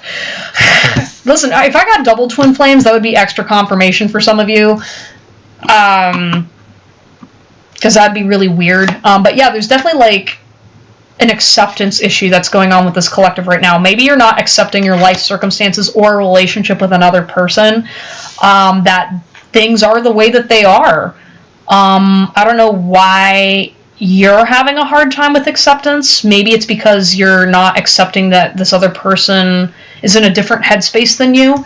We've got play hard, find time to laugh, goof off, and enjoy each other. Yeah, some of y'all need to like kind of relax and take some time off from either a situation at work or just from situations in general. You know, like I feel like because you're having such a hard time getting through something or getting over someone, you're just harming yourself when you should be spending time to just sit and enjoy and relax. Like maybe go chill out, like play a guitar, you know, listen to some music, go to a concert. I I don't know, I'm feeling very musically inclined towards a few of you. But definitely just taking some time to like actually focus on relaxing and making sure that self-care and having fun is a priority. Like, you're not being lazy by having fun. If anything, it's necessary for you, so that way you can expand and understand that not everything's doom and gloom. This palm tree, I feel like you guys, I feel like you're moving towards stability. If you don't have stability in your life right now, you're kind of like feeling a bit stagnant because you don't have it. Or it's something that, like, in the back of your head, you're like, hey, at least I know I'm going to get through this. You know, there's definitely, like, a pillar of hope, or at least, like, you know, you have options and opportunities still, no matter what you're going through. And so really trying to focus on creating that stability, or at least acknowledging and accepting the stability that you do have in your life right now, because not everybody has what you guys have. I was going to call you pile 3, but I was like, I'm not doing piles right now. And then the separation, yeah, I just feel like a lot of you guys are just kind of like, what the fuck? Like, why did this person separate from me? Why am I not getting acknowledgement from certain people? Maybe you guys have a hard time dating, or maybe there's like a rift between you and another person that you thought was going to be your forever person, and you're kind of like, I didn't do anything to deserve this. Yeah, there's a little bit of, like, I won't lie, kind of an energy of entitlement slightly when it comes to, like, another person's energy, where you're kind of like, I don't want to let this person go because I deserve this person. I only deserve the best, and I only deserve this person's acknowledgement. And your spirit guide team's kind of saying, no, actually you don't. Like, if you actually are giving a shit about this person, you know how to let go and spend time on your own. And, you know, really reflect on why you feel like you need to have ownership over a person in order to make something work with them. You know what I mean? Like, it's not healthy for you to have a relationship with someone that always constantly says yes to you, because then you don't grow. And then also, too, what if you're wrong about something and that person could have prevented something from happening by telling you no or telling you yes? You know what I mean? But I definitely see some bitter resentment against the separation energy. And really projecting a lot of mean things against this person when they don't really deserve it, especially when this person's going through some shit too. Like, this person has a right to privacy, and this person has a right to not show you their true self right now. You know, especially when you're in this type of headspace and energy. You're not mentioning the positive things that are going on with them. You're not acknowledging that you need to let go of a past dynamic or a past situation. You know, it's hard enough for this person right now with what they're going through, and the more you step into this entitled energy, it's causing bitterness towards this person when you don't need to have it. You know, because I don't feel like this person's bitter towards you, but they definitely don't like the energy you're coming towards them with. Oh, this might be tied to the twin flame thing. God, the mixed messages, right? All right, so we've got twin flames here, and we have spiritual titles don't mean shit. Evaluate this practically. Yeah, so some of you guys are not being realistic in your spiritual relationships with someone. Maybe your identity is tied too much towards the result of this relationship rather than acknowledging what you want out of it. So maybe you're like, again, it's a twin flame relationship, right? And so you're like, okay, this person's my other half. And you're like, well, I just assume we're going to get married. But I don't actually want to get married. Maybe I actually want to just be friends, and I never want to commit to them, and blah, blah, blah, blah, blah. And then, like, you change it, and then you're like, oh, well, we could have gone this route, but somebody had to get in a relationship with somebody else, and blah, blah, blah. And then you're sitting there getting mad at your person and projecting the shit onto them when you're not consistent, right? All of those things build up over time, right? And your twin flame's kind of done with that shit, right? Like, your twin flame sitting there going, okay, you are just basically saying you don't know what you want. You don't want me right now. So I'm going to go do something else right now until you figure your shit out. And now, granted, that twin flame's a reflection of you, but it's also a reflection of your own bullshit, right? Because you're not going to put up with that from somebody. So why are you doing that to this person? And specifically, like with the titles, right? I feel like getting caught up in titles and trying to analyze your relationship with someone is not helping you, right? So because of the fact that you've got a spiritual title towards this person, or you need some kind of a box to put this person in, you're not looking at the nuances of your dynamic between the two of you. You're just saying you're in this toxic dynamic, or you're saying that you're in this spiritual relationship, when really you need to be thinking through and feeling it out first. And maybe you're not as close to this person as you think you are. You know, maybe you're kind of like projecting a little bit because of your spiritual dynamic. You know, it's okay to acknowledge your faults, okay? This person's not expecting you to acknowledge that. They're just analyzing it and saying, hey, this person's a little too close for comfort. Just kind of stand over there for a minute, you know? And it's okay to acknowledge that you got to back off, right? Just stay cool. Stay cool. Again, that separation, I know you're really triggered by separation, but it's okay to have some anxiety over a relationship. It's just not when you're doing it and you're projecting and throwing nasty energy towards somebody. It's all going to work out, my dear. All right, this is a message for a particular person that is like, listen, relax. Okay, this person doesn't need to be in your life in order for you to feel okay. You don't need acknowledgement. You don't need to project onto anybody. You don't need anything other than yourself right now. Okay, and it's okay to let go of a certain situation. It's okay to make peace with yourself. It's okay to make peace with this person, to understand, like, hey, they're going through some shit. Leave them be. You're not ready for them, clearly. And it's okay to acknowledge that sort of stuff, being the person as a result of that. And again, it's a divine counterpart, so they're never going to fully go away, but you got to acknowledge, like, what did you do to separate from this person? You know, what are you doing to prevent a better dynamic between the two of you? Just remember, it's all going to work out. It comes out in the wash. This person's going to forgive you. You just need to forgive yourself first, so that way you can encounter a better dynamic with this person. And allow this person to step away. Like, that's something that, if this person doesn't want you right now, it's okay. It does not mean you're a bad person. It does not mean that they don't want you. It does not mean that you don't want them. Because I don't know why, but I needed to just make that clear, that, you know, by allowing someone to walk away, that's like giving up on them, when it's like, that's not true at all. That person is allowed to live their life. And maybe you're a little jaded because you're kind of like, okay, I just let them go. That's it. I'm not fighting for anybody. There's no, like, struggle, because everything has been a struggle for you, I feel. That doesn't mean shit, especially in a relationship with someone you really care about. So if you don't want this person to resent you, then let them go. Because holding on to them when they don't want to be around, clearly, and you're clearly showing them that you don't need them, but you want them to be with you, then don't do anything. Make your peace. It's time. I want the world to see us together. Yeah, I think that's why some of you guys are really hurt. You were really sold on this idea that you created, that you wanted everybody to see you guys together. You wanted to go out and maybe change the world with this person. Maybe you were twins or buddies, or there's something just very familiar about this person. I don't know. But this is just reassurance that it's all going to work out. Like, it's okay. All right, it's okay that you resent this person. I mean, like, it's not, but, like, forgive yourself for resenting this person, because you're still healing. You know, some part of you is still a child and really having a hard time letting go and being an adult in this situation, because you were really hurt pretty bad, you know. And I don't know, I'm just seeing the I want the world to see us together really freaking hurts. Yeah, again, maybe you wanted to marry this person. Hi, August. Feel free to post your question in the chat. You will be the first one. Once I'm gonna wrap up this reading, I'll do your reading, and then I'm gonna be wrapping up the live stream. Yeah, because this is a collective reading right now.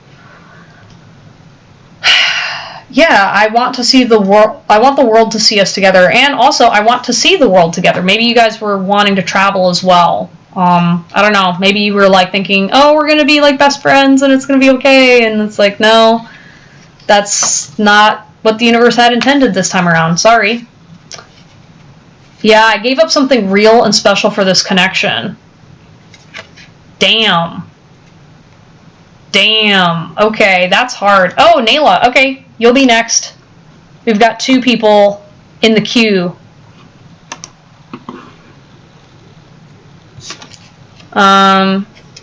Yeah, I gave up something real and special for this connection. Yeah, so somebody is having regrets about not coming towards somebody, or maybe you didn't come forward in the right energy, and maybe that's why this person wants to walk away, because they feel shame and regret, or maybe you're just projecting that onto them. You know, maybe this person, you didn't even give them a chance to be real and to have a connection with them, so they just shut you out. You know? That's kind of your loss, you know? Did that to yourself. Time nor death would separate our love. It's long-lasting.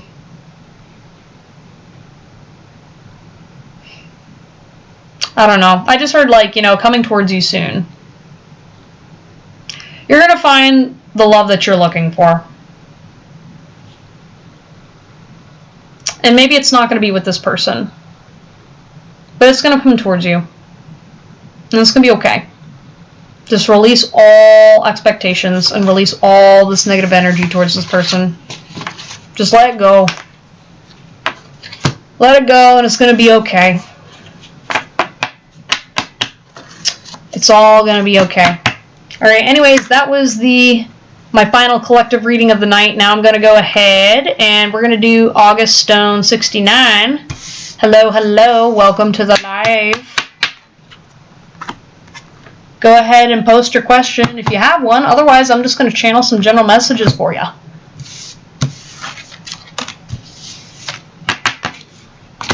Damn, I'm like feeling all bummed out from that last reading. Just kind of clearing my energy out a little bit.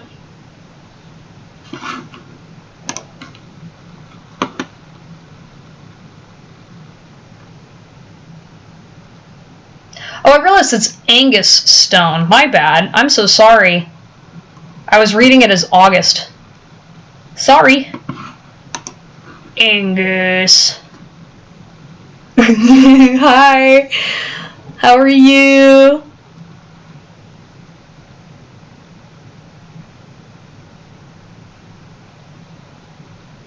Can you have a love reading? Absolutely, Angus.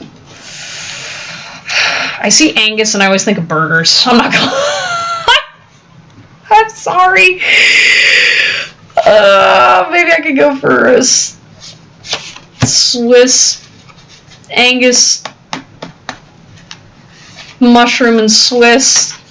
Yes. I don't know. I'm feeling you looking to manifest the beef.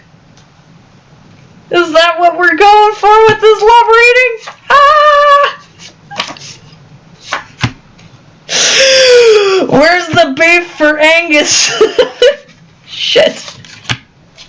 Okay, I needed to laugh after that last reading. That last reading was kind of depressing. I'm just like... Oh, Lordy. Alright, I'm not even pulling these other cards. Okay, maybe one card. Maybe one card. You're getting all Papa Deck right now. Okay, Papa Deck is for those of you that are not aware, Papa Deck is my giant custom-made index card deck of things that I wrote down. He's a big papa. He's got many kids. Alright, so we've got Palm Tree. Stability, security, permanence, growth, endurance, and flexibility. Flexibility. So, Angus, I'm sorry, I just feel like I gotta tease you. So there's something about your stability that people really find attractive. So whenever it comes to the fact that your financial situation, I don't want to say it's like the best, but like you're not like stupid with your money, if that makes any sense. Like, I mean, okay, maybe you used to be sometimes, but I'm definitely like you're being a little too hard on yourself in terms of like how you manage your finances. I'm like, dude, like, as someone with a finance degree, I know that you are competent with your money. Just because you're not making, like, $10K every month does not mean you're fucking incompetent. Alright, I don't know if maybe... I feel like you got some jealous friends. Or maybe you're, like, a little jealous of your friends, but it's actually funny because you've got a better head on your shoulders than your guy friends do. And your guy friends are out there, like, dating these women that are, like, blowing all their money and then they're bitching about it. And they're like, well, I need to make more money in order to pay for my girlfriend. When I'm like, he's using you, dumbass! And so you're sitting there just like... I mean, you're a nice guy, so you wouldn't say that, but I'd say that to your friends. So you can tell that from me. But, yeah, look at me. talking shit. Fight them. I'll fight your friends. Oh, okay.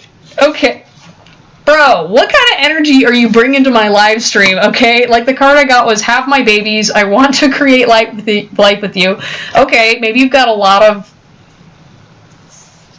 baby-making potential. Maybe you're looking to attract a partner that, has baby-making potential? I don't know. I want to go slow, steamy, and intimate. Okay, you're a guy that you're looking for like a wifey. Okay, you want wifey, for sure. Maybe that's why I'm blushing, because I'm sitting there like, oh my. I know what this guy is after. We've got running away won't make this better. Okay. Yeah, I do feel like there's like an obstacle you have where a little bit of a struggle with intimacy. It's not that you shy away from intimate moments. It's just more so when shit gets a little too real, you bail. That, or it's because you've chosen the wrong people in the past, and that's what makes it difficult for you to make a decision on, should I be with this person long term? Because you have a lot to lose, I feel like, if you invest in the wrong person, and because you have friends that, like, they kind of act like shitheads with their dating life. I'm sorry, like, they don't have okay, side note, and this is, again, not to talk crap, but it is to point out something that maybe will help you and your friends. If you do not have a dating strategy in this day and age, then don't show up to the table. Like, right now, we've got people where it's very competitive to get a partner. I'm sorry, that's just the way it is. And if you want a partner that is going to show up for you, you got to make sure that you have a game plan when you go into these dates. You can't be doing it like in your early 20s where it's like, all right, I'm going to just show up and take them to like Lone Star and whatever. Like, you got to come up prepared. You got to be like, okay, I know that I want a wife. I want these sorts of qualities in this person. I want to ask them things. Like, obviously, it's like, don't make it a job interview. Have fun. But you got to be a little more serious about your dating potential. And, like, you can't be, like, running out to bars to go find people. Maybe find a professional matchmaker. Maybe go out for drinks and go to, like, nice places, right? Or go online and look to see, like, what are women actually looking for? You know, when you get that feedback, it's going to give you way more information to, like, what kind of woman you want, because, like, again, there's a lot of information out there that's bullshit, but, like, specifically, if you're like, all right, if I want a girl, or, like, I want a baddie, right, what do baddies want, right, like, a real baddie, like, assuming that she's nice and that she's got a good head on her shoulders, like, what does she want, like, go look that up, you know what I mean, because a baddie, like, you know, if you take her to a date at Lone Star, she's gonna be like, what the fuck is this? You know what I mean? Like, if anything, you know, obviously there's a lot of entitled people out there. I'm not talking about them. I'm talking about, like, okay, you look at this girl and you're like, hey, I'd really like to get to know you. Come across very confidently, but also no pressure. No pressure to say yes. Don't come across as desperate. And then also say, all right, here are a couple suggestions that I have. Go find, like, nice places. Like, go find a place that you would take a girl to impress her and be like, okay, I'm going to take you there. And I'm going to set up this date for you, and this is what I plan. Because, like, again, you're a planner. You're, like, a future-oriented person. And I feel like you do get a little more nervous, too. And I think you're just self-sabotaging a little bit when you interact with these women, again, because of watching bad behaviors from your friends. And it's like, well, yeah, they screwed that up themselves. And also, they didn't protect their energy as well. That's something I usually recommend with men in dating, too, is, like, you need to have your own standards and know how to protect yourself from all kinds of shit, right? It's like, it's a two-way street. Everyone, like, nobody is safe, okay? Nobody is safe out in these streets, okay? So trust nobody. Like, just make sure you come up with a system when you're dating to know, like, all right, what is a warning sign that I should pay attention to? And I think you've been through enough stuff that you kind of know, but having a question process to weed them out faster up front so you don't have to go 3 months in and be like, this person's not who I thought they were, you know? Anyways, respect the masculine. Okay, so another thing to do with your love life, right? You know, kind of similar to what I was talking about, like, respecting your masculine energy and how that shows up. All right, do not, and everybody else that's listening on the live stream right now, Do not take advice from these online dating coaches when it comes to gender. I'm saying this as someone who has watched all kinds of different coaches for years, right? There is not a universal one-size-fit-all when it comes to the opposite gender. There is only a one-size-fit-all to what you need, right? That's about as consistent as you're going to get. So what you got to do is you got to really look at, too, how does your masculinity show up? And then only work with women that work with that. And, you know, when it comes to, like, you know, toxic dude culture and all these other different things, right? Making sure that you're like, all right, this is how I like to present myself. How do I have any issues struggling with control? Which I don't feel like you do, Angus. Wow, August. Maybe August is significant for you, okay? Jesus. But it's like respecting like what yours looks like and then finding people that are a reflection of that. For all the people that just hopped in the chat from YouTube, hello. You can absolutely ask a question. I've got 2 other people before you. I'm in the middle of a reading. And then I will go into y'all next. And then after that, I'm closing the chat. Okay. So then we've got Spirit. Do not force a relationship title on any. Wait until she's giving you at least 3 different signals. 3 different signals that she's really open to this, right? Because I feel like you've kind of gotten screwed in the past by jumping the gun and not really looking to see if she wants this at all or not. Really pay attention to her body language. See how much she is communicating with you, because here's another thing too. This is back to the respect the masculine. If she is not actively communicating with you, she doesn't want you. Okay? There is a little bit of hard to get play maybe at the beginning, but you and I are both at the age, I mean, I'm a little older than you, but the thing is if they are continuing to play games with you, if you are continually having to chase this person, respect your masculinity and not date that person. Respect your masculinity and don't date that person. Same with all y'all in the audience, right? I'm seeing a couple dudes that are like putting some pieces together. It's like adult women don't play those games, okay? We don't need to be doing that hot and cold shit, and you should not accept that in a long-term relationship. God's got a plan for us. I can feel it. All right, yeah. Stop relying on God and intuition and try to be more practical. God does have a plan for you. You will find your person eventually, but you got to start seeing, like, what are the actions I can take? And, you know, it's okay to feel overwhelmed, and it's scary, especially in today's day and age with dating. No one's doing well out here. But don't also leave it up to God either. Have a plan. It's the way you see life that keeps me wondering. Aw, yeah, like, you gotta find someone that's, like, causing you to question life differently, or, like, I don't know, it's like, look for people that may be different than your usual dating type. I feel like maybe you're a little stagnant because you're kind of dating people and women that you're familiar with, and you should try stepping out of your box a little bit, you know, maybe focus a little less on the appearance and more on, like, what are they actually saying? What are they doing in their profile? What are their friends like? You know? Step out, and then you're going to start to notice more information that you require in selecting a partner, because it's amazing when you ask people about their relationship with their friends. That's going to tell you so much about a woman. For realsies.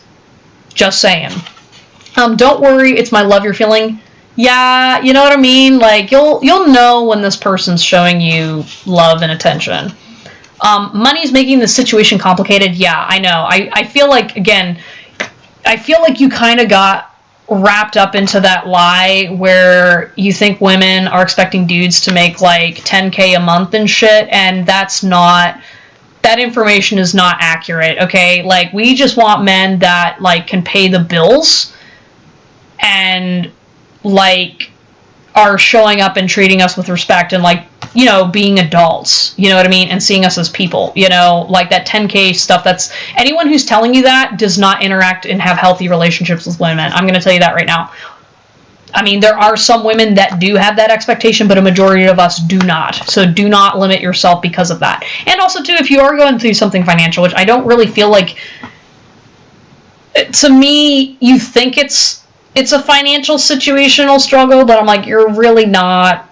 You're not struggling that bad. Like, I'm sorry. I think you're doing better than you think. And you have opportunities as well. You've got more stability than you give yourself credit. Again, I think you're just sensitive because I think you're putting yourself on a pedestal that you don't need to be at. This situation is hella complicated. It's probably going to stay that way. Yeah, I don't know if there's like a dating relationship that you had a falling out with, or like, things have just been complicated with women. Yeah, there's something messy that happened to you recently, or maybe it's in the past, not recent, but like, yeah, you might want to sit with a therapist on that one. They're acting this way to fit in. Yes, stop trying to fit in. Oh my God, stop trying to fit in. You don't want a wife that fits in with everybody. You want a wife that is good for you. And that good for you is going to look different than all your friends and all this other bullshit. I'm sorry. Man, I'm reading you for filth. I'm so sorry, Angus. I hope you're doing okay. And then how has it hurt you? Yeah, I think parting ways on this one. How has your dynamics with these dating concepts hurt you in your relationships, right? You know? And how have your past relationships been continuing to hurt you even though you've moved forward, right? Anyways, though, Angus Beef, I hope that reading helped you out. I don't know if you're used to tarot readings, but you definitely got it. Your spirit guides had a lot to say. So, yeah, anyways, thanks for stopping by. Please follow. And if you liked your reading, you know, I'm encouraging everybody to please donate. I've got links on my profiles of both my YouTube and my Twitch. So, okay. All right, who is next? We've got Nayla, 101. Are you still here? Nayla, go ahead and ask your question. Da-da-da-da-da. Shoot, I realize.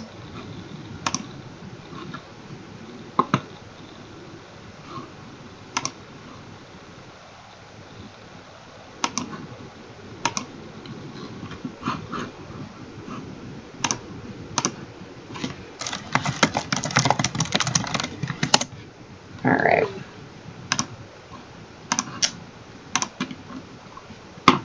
Alright, because if Nayla doesn't pop in, then I'm gonna move on to Kanu.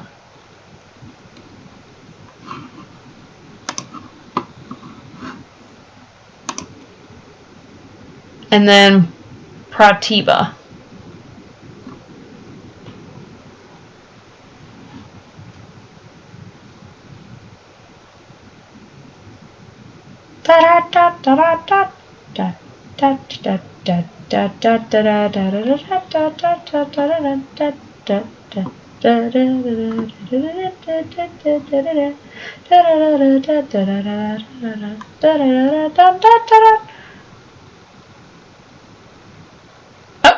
Hi, Tink, welcome back. You could not sleep. Nah, I totally understand. I've been having so many sleeping issues lately. It's been unreal. Yeah, just listening to me making noise over here. Okay, Kanu, if Nayla doesn't show up, Kanu, you are next if you're still here.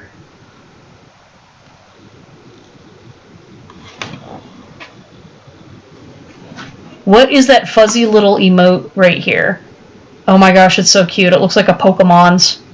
Which actually, Tink, that was something that I was talking about earlier with the guy at the beginning of the stream. I'm eventually going to be doing Pokemon tarot card readings, where basically I'm just going to use Pokemon cards and do readings with them. Just for shits and giggles. I've never done it before. But I would like to try. I don't know. Intuition is fun like that. You never know what's gonna. No, you never know what's gonna happen. I've done readings with all kinds of stuff. Like there were like these little cookies that I had one time that had like imprinted stuff on them, and I guess like they all had like different meanings. It was like on the side of the box. It was something imported, and I like did like a little rune reading with it. And like I don't know, when you've got intuition, you can use pretty much anything, right? The Pokemon card one, I was actually like looking to sell some of my cards recently, and I was like, wait, I can just find an alternative way to use these. Yeah, I don't know. I think it'll be really cool. and like there's so many different ways to interpret it too. Like I'd love to like when I do that live stream, I'll probably get y'all's input as well. Because one thing I do like about like the way I do readings and stuff like that is because I'm very image focused, I love seeing how people interpret the cards. Oh my god, I was watching my eyeballs just pop out of my head looking at the playback. Oh god, I'm such an expressive person. But yeah, the way people can interpret the cards and stuff like that, it's always really neat to see what people gain out of them. Because I think like what's cool about readings is the fact that like you can use like usually like you spend your money and time on the interpretation I give you. But for like my paid readings, for example, I take photographs of everything, so that way you can have that image and look at it and, oh, okay, I can interpret this for yourself. Or like, for example, I have, I've got 2 decks that are based more on psychology. And so, for example, like the Carl Jung tarot deck, it actually relates back to the different archetypes in psychology. And so I've actually really gotten some good readings out of that, just being able to look up what was going on with the archetypes and whatnot. So cool stuff. A psychic type Pokemon gets drawn. Yes! Oh my gosh. I'd be like, oh, I got like a what's a psychic type Pokemon right now? Wow, I'm having a brain fart. I'd say like Sylveon. I'd be like, oh, Sylveon, what does this mean? Or a Psyduck, yeah, I'd be like Psyduck. Maybe you get a lot of migraines. Maybe your third eye is opening. Oh my god, so side note, when it comes to psychic intuition, when my third eye was opening, I would literally get like aches. So what's kind of interesting is everyone thinks your third eye is like front and center on your forehead, but that's not actually true. Mine is actually right here. So like where I'm pointing to right here. It's like this tiny little thing. And how I figured that out was I was in a dream interpretation class. And we were doing readings and things like that. And then I sat there and I was like, man, I'm just like feeling this like thing right here. It's like it's warm. And it's just like really like intense and achy. And they were like, the lady who was like the psychic that was like running the thing was like, oh yeah, no, that's just your third eye. You're getting a dermal there to symbolize my, oh, that's so cool. There you go. Hey, Amanda. Sure, I can get you a general reading. I'll probably do your reading because the other people bailed. And then probably at some point I'll head out. Yeah, brain soup cards. Girl, if you like brain soup type readings, oh yeah, just wait till I bring out my internal family systems deck and stuff like that. I've got so many things. All the things. Okay. Alright, Amanda. Let's go ahead. Alright, so please, Amanda, spirit guides, angels, and ancient ancestors, what messages does general reading for July?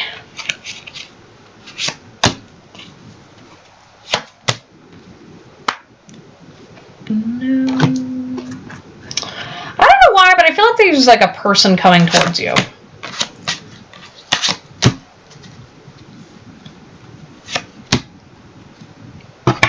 Oh, hey, Brenda. Unfortunately, I will not be doing any more readings after Amanda. However, if you subscribe, I have free tarot readings every Tuesday and Thursday. So, you can catch me then, okay? Alright, so for Amanda, yeah, I feel like a person's coming towards you. There's like a feeling of, I don't know if you've got like some resentment towards a past partner or like somebody ghosted you. This person that ghosted you, I feel like was going through a hard time in life. and you're not entirely certain why they ghosted you, but you're definitely like upset about it. There's kind of like this frequency of like you're kind of holding a grudge, and I just want to let you know, like, it's okay to like let this person go and understand that you don't need an explanation in order to move on from this dynamic. I'm seeing self-care come up. Like, originally I was going to look at, you've got longing and apology here, almost like you're longing for an apology for someone. It's the ex-Gemini girl, we've been at this. Yeah, you're longing for this apology, and so, like, in terms of, like, specifically with July, I feel like you're gonna have to, like, write your own apology letter, you know, in order to gain some closure, which I think that's gonna be the theme with July, is one, it's gonna be, like, too hot in your area. I don't know where you live. Maybe it feels like Arizona, or, like, some kind of just oppressive heat area. But, like, I'm seeing, like, this, like, palm tree for you in July. You're going to be achieving a little bit more emotional stability, or you're moving in that direction. I do see you needing to, like, go on vacation. There's an opportunity to, like, go out and get some sun, because I'm looking at the palm tree. I was like, oh, maybe she's going on a trip to Florida, and I was like, no, I'm not seeing, like, traveling type trips, but I am seeing, like, the need to, like, maybe get outside more, and utilize being in nature in your area. We got camera, so I don't know if you have a photography business or there's something to do with, like, you like to take a lot of photos. I feel like, I don't know if you've been ruminating on somebody or a situation, but your spirit guide team is saying, hey, you know, next month is an opportunity to let go of that stuff. Yeah, you don't care for exactly when it comes to that apology. I'd say just write down an apology letter that you need to hear just for yourself, and then burn it or something like that. You know, like, get your own closure, and take your power back in the dynamic. With the camera, again, I'm seeing reminiscing and keepsake.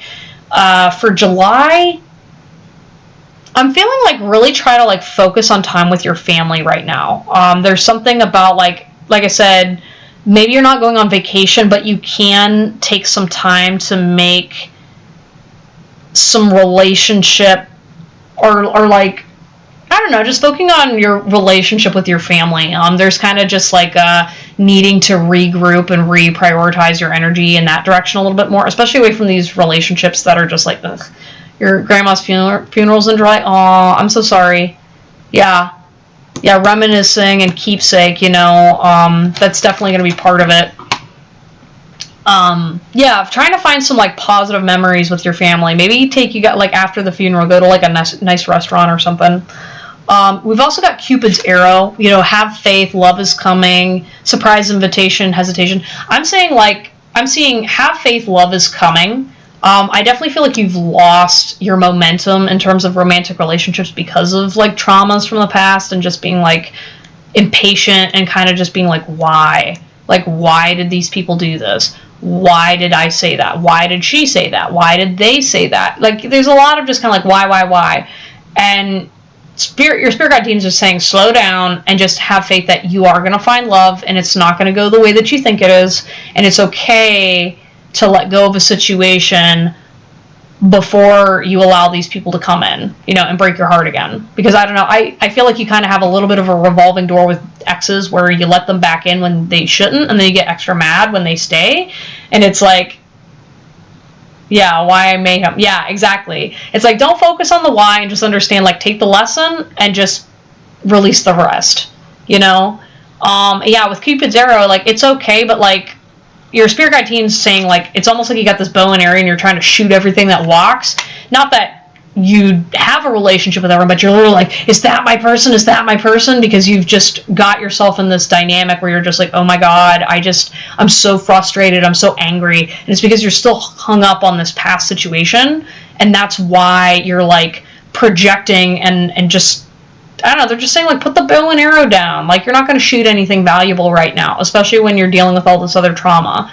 You know, like, deal with your issues, deal with your relationship dynamics, and understand that, you know, God's going to give you something better. You know, it's kind of like, I'm hearing, like, you know, like, think of, like, your dad, right? Where your dad's like, okay, you know, you got to wait until Christmas. You got to wait until Christmas because I've got a special gift for you. You know, and it's kind of like being like, Santa Claus is going to give it to you, but you can only get it if you're good. And being good means being patient, making the right choices, having healthy conversations, you know, not projecting bullshit, and you have a choice there. You know what I mean? You always have a choice, and it's okay to let go of certain situations and dynamics.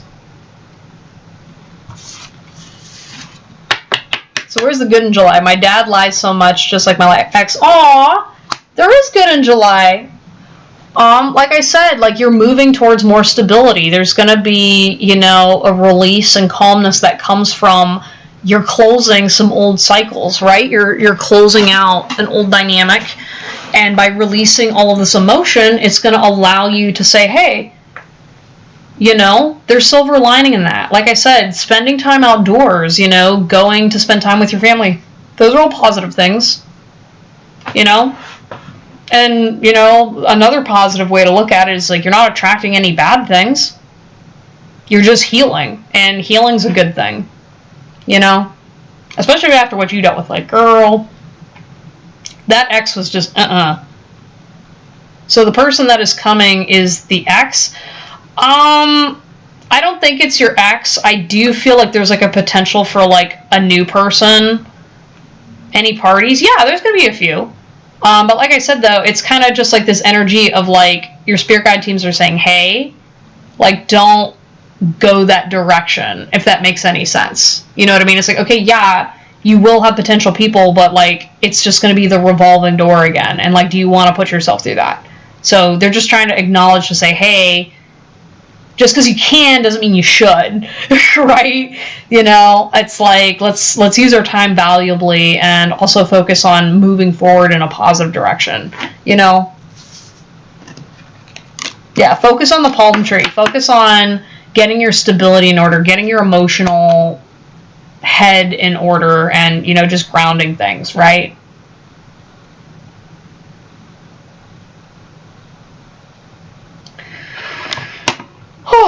Okay. Alright, guys. Well, I'm a little pooped out. I'm at the ending point for my live stream, so thank you guys all for participating. Like, subscribe, follow, whatever platform you're on. I do have these free readings every Tuesdays and Thursdays, so if you liked what you heard or you just want to come hang out and meet a group of really great people, so how should I write the letter? To answer your question, Amanda, basically just write down an apology letter of all the things you wish that your ex would apologize to you for. You know, like what are the things that they should have said to you? What are the things that would help make you feel better? Like what actually do you need as part of this apology? And what part of you that was rejected, what does that piece of you need in order to feel better about the rejection? And be like, because it's not like you can't accept rejection, it's just there's something that's stuck about that rejection that you can't let go of, you know? Alright, anyways though, love y'all, and I will see you all next time. Goodbye!